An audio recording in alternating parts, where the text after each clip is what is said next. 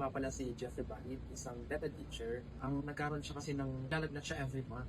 Bakit? Hindi siya nawawalan ng lagnat hanggang sa dumating every week na. Yung every month, every week, naging every day. Tapos hindi na nawawalan ng lagnat. Diagnose nga siya na meron siyang leukemia. At agad-agad na kailangan siya ay chemotherapy.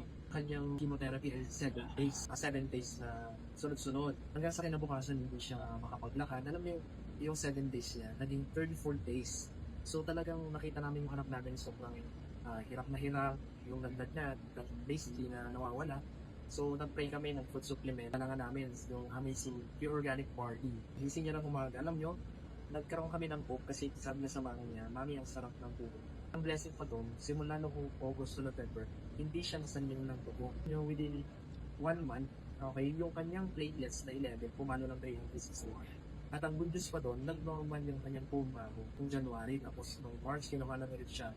Normal ulit yung kanyang bone marrow. Laking tulong sa anak ko. Alam niyo yung pinabili namin, yung pinaka-best package, yung 198,800 kasi bukod sa may 200 boxes na barley siya, meron pa siya free na 50 boxes worth of 250 boxes of barley.